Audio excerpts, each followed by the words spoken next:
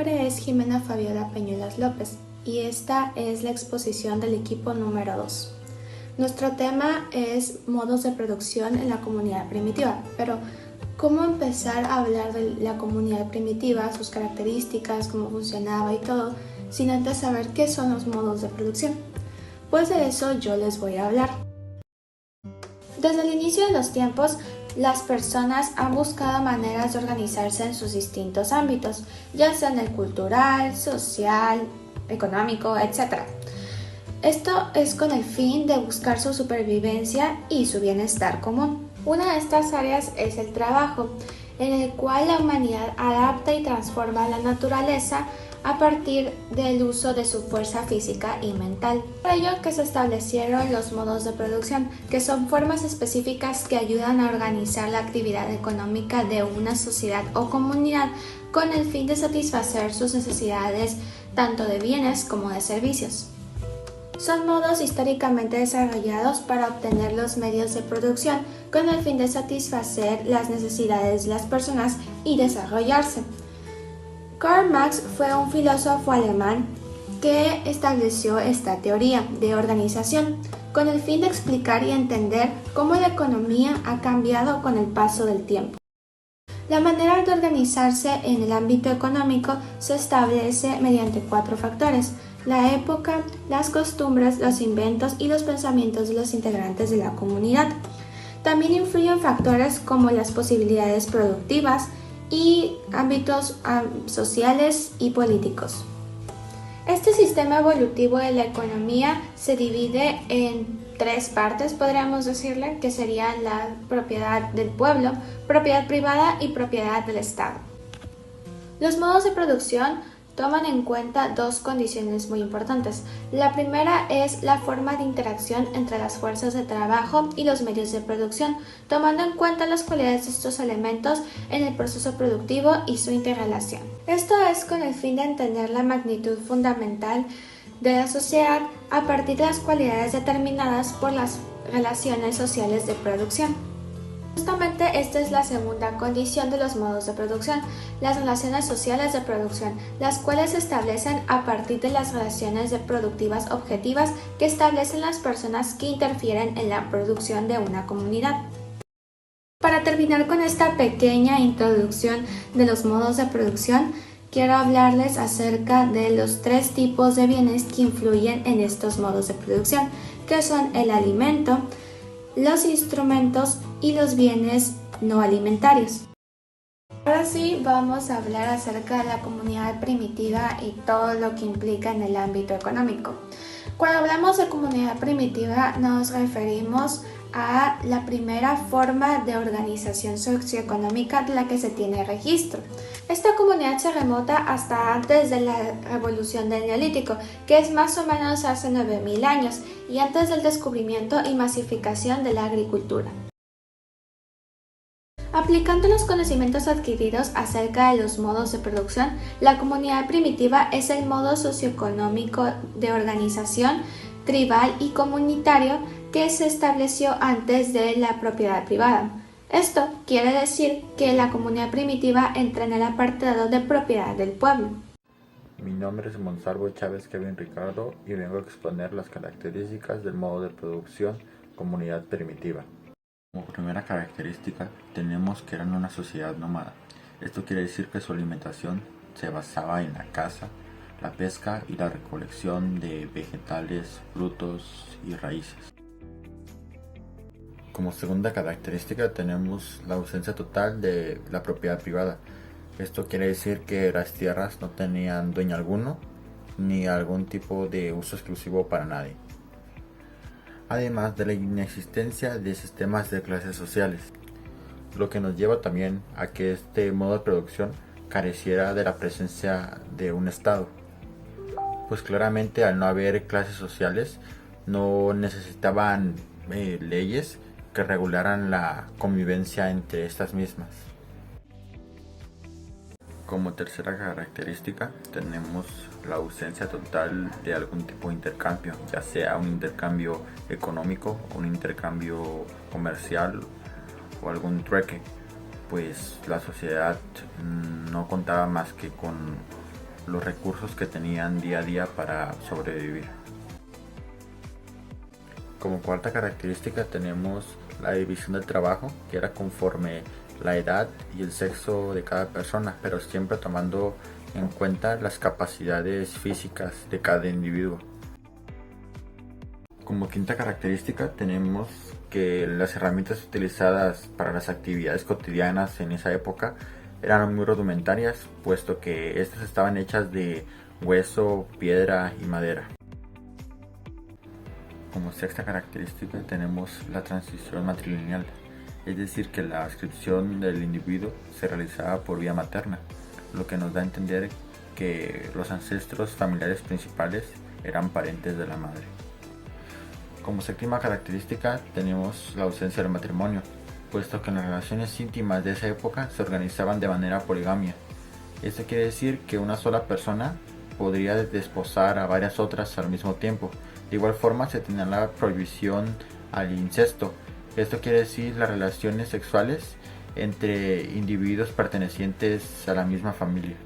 Como octava característica tenemos la bajísima capacidad de producción, apenas para el sustento día a día, lo que lo llevaba a una baja capacidad de acumulación, de innovación o de un progreso alguno juntos como sociedad.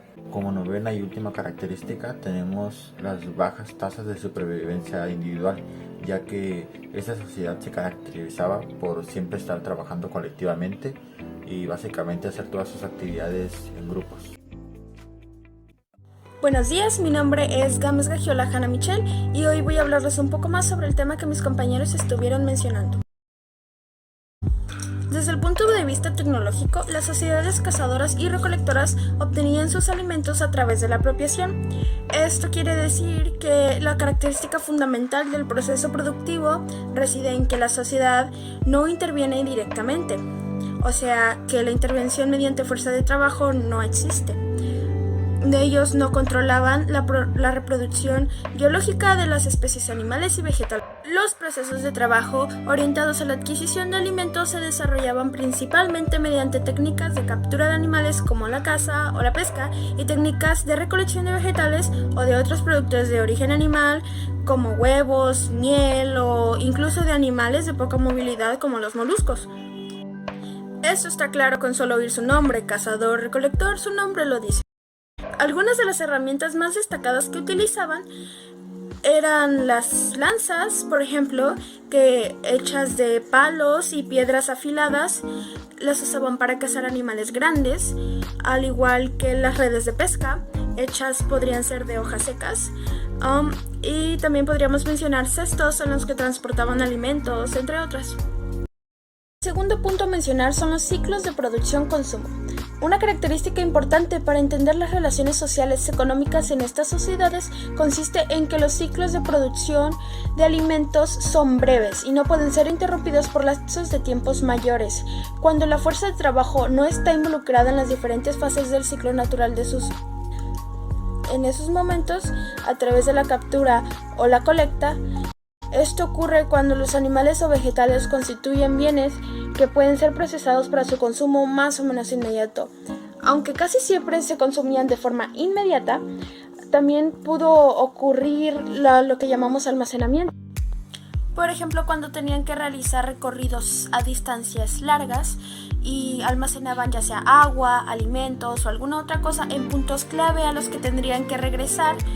Esto claro que no significa la suspensión de nuevos procesos de apropiación de consumo intercalados. Tampoco tales reservas de alimentos constituían productos o excedentes, sino formas de asegurar el consumo subsistencial. Gracias. Mi nombre es Guzmán Hernández Jorge Alexis y continuaré con el punto de producción subsistencial. Aquí, los niveles de consumo, tanto de alimentos como de bienes necesarios para subsistir, podrían variar significativamente de un pueblo a otro. Desde un punto de vista cuantitativo, puede decirse que la característica fundamental de estas sociedades era el evitar los excedentes. Esto quiere decir que los productores no generaban más bienes ni trabajaban más de lo necesario. A continuación les hablaré de algunas ventajas y desventajas de este modo de producción. Ventaja número 1. Una completa democracia. La democracia se percibía principalmente debido a que todos los miembros de la sociedad participaban en la toma de decisiones para llegar a decisiones importantes, esto sin importar su sexo. Número 2. Ciencia de explotación, ya que existe una igualdad en las funciones de producción que llevan a cabo todos los miembros. Número 3. Trabajos bien diseñados. Estos se transmiten de una generación en otra, por lo tanto, los roles de trabajo ya están definidos y son asignados de antemano. De esta manera hay menos confusión y todos tienen claro lo que deben hacer. Número 4. Respeto al medio ambiente. No existe un impacto real en el medio ambiente. El desperdicio es prácticamente nulo y hay una distribución adecuada de los recursos obtenidos. Ahora toca el turno de las desventajas. Desventaja número 1. Hay un bajo nivel de desarrollo. Con necesidades limitadas y sin desarrollo, el lema principal de la comunidad primitiva es la supervivencia. Gran parte de los esfuerzos diarios se llevan a cabo para satisfacer las necesidades básicas. Producir más que eso es difícil, por lo tanto, el nivel de vida es bajo. Número 2. Producción muy simple. Cuando se incrementa la población demasiado en una comunidad, se crea una nueva en un baldío. La producción se rige por la tradición más que por el mando de liderazgo o por los mercados. Debido a que no hay avances en infraestructura, las instancias de sucumbir a la muerte son mayores debido a enfermedades o ataques de animales. Por último, pero no menos importante, desventaja número 3. Necesidades muy limitadas. Debido a que no se busca satisfacer necesidades más bien espirituales, la sociedad se mantuvo por años de la misma manera. No había ningún proceso ni una evolución del ser humano que lo llevara a dominar la naturaleza. Solo se tomaba de la naturaleza lo que se ofrecía de una forma muy básica y elemental. Para finalizar con el tema, les daré una breve conclusión del mismo. En pocas palabras, el método de producción primitivo consistía básicamente en la supervivencia del día a día. Esto orilló a la sociedad a no desarrollarse durante muchos siglos, ya que simplemente pensaban en seguir adelante, con base en la caza y la recolección de recursos naturales. Esto orilló a erradicar los pensamientos individualistas y ponía a todos como iguales buscando un mismo objetivo. Uno de los puntos destacables de este modo era el hecho de que nadie valía más que nadie, no importaba su sexo, sino que se repartían los trabajos dependiendo de las capacidades que tenía la persona, lo cual, a mi punto de vista, es una igualdad bastante respetable. Para finalizar, cabe recalcar que el modo de producción primitivo fue el encargado de establecer las bases para todo lo que vendría en el futuro, ya que hubo una forma de organización y colaboración colectiva para satisfacer las necesidades básicas, lo cual permitiría en un futuro la especialización de los individuos, la obtención de bienes personales, el intercambio, entre otras cosas que llevaron a la creación de clases sociales y la desigualdad. De parte de todo mi equipo, les agradezco mucho que hayan prestado atención. A continuación, les daremos una encuesta por medio de Google Forms, aparte de aceptar cualquier pregunta que nos quieran hacer.